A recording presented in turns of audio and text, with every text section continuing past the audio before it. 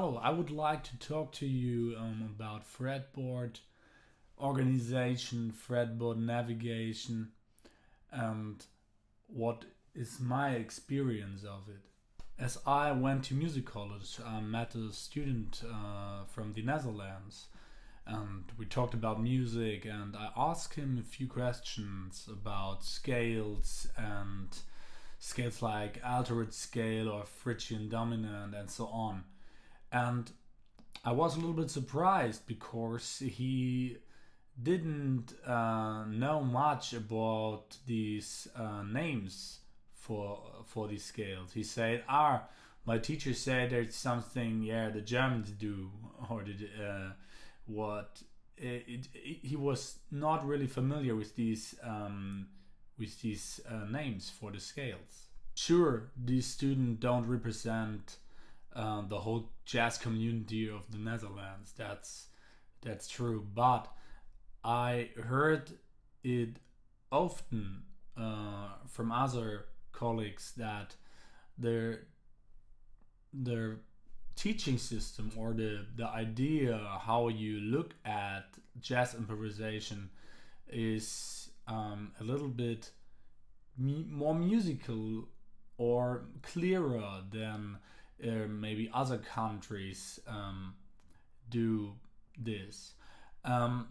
They look more in intervals, or they know their intervals for each scale instead of knowing certain kind of names for the scale.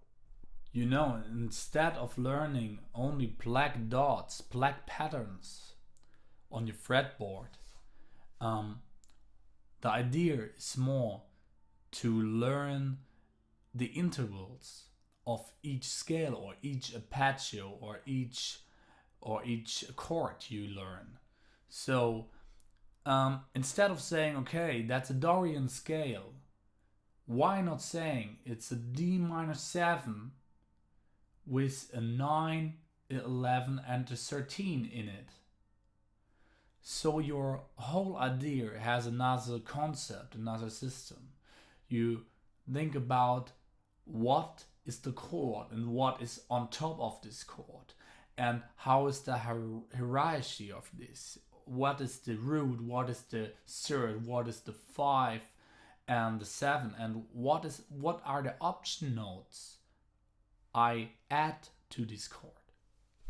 I wrote a little ebook for my students to work on this system. The idea is pretty simple. First, you take a chord you already know, maybe. You maybe already know. It's like, for example, if you think in D minor, it's a D minor shape like this. A D minor shape on the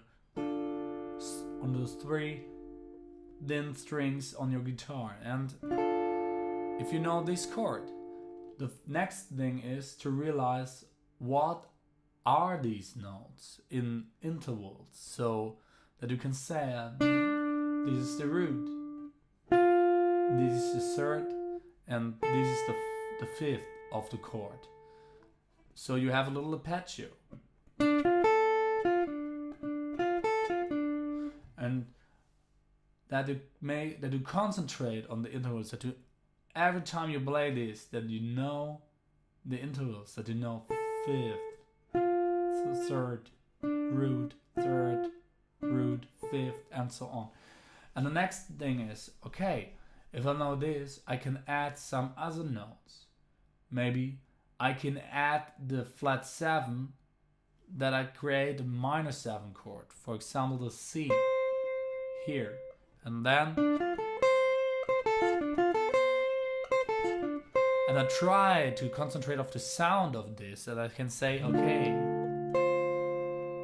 nice, that's a flat 7 on a D minor chord. And so you work with your ear and you work with your head, that you know what I do and how it sounds like. So, and if I can add a 7, what are the notes which make a minor pentatonic?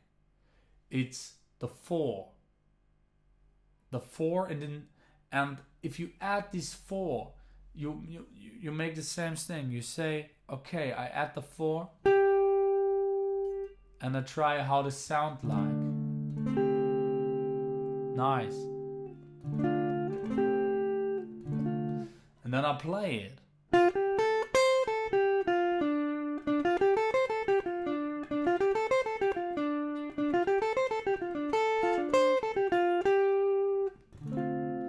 And if I work in this way, I not work in playing a scale up and down, up and down, up and down, and don't know what I do. I only see black dots.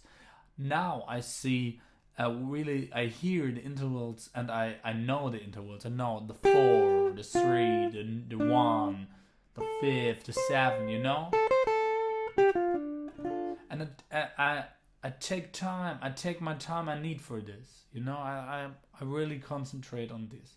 And then you can make this in another position. You can say, okay, I make the inner 3 frets and make the same thing. The 4, the 3rd, the root, the 5th, you know? Okay, the 7th.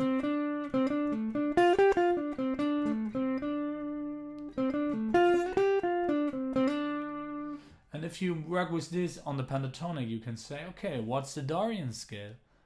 Okay, I add a 9 and a 13 to it, and then I have the Dorian scale. And then the whole thing is pretty much not in only black dots. It's like in intervals and in the connection between the intervals. It's like, this is the 9 of the chord. You can learn how this 9 sounds.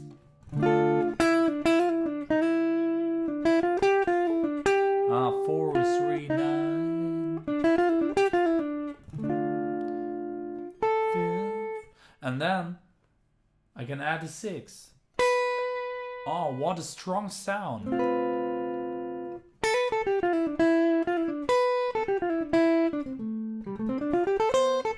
So I have the pentatonic in my fingers. And I have the option notes in my fingers.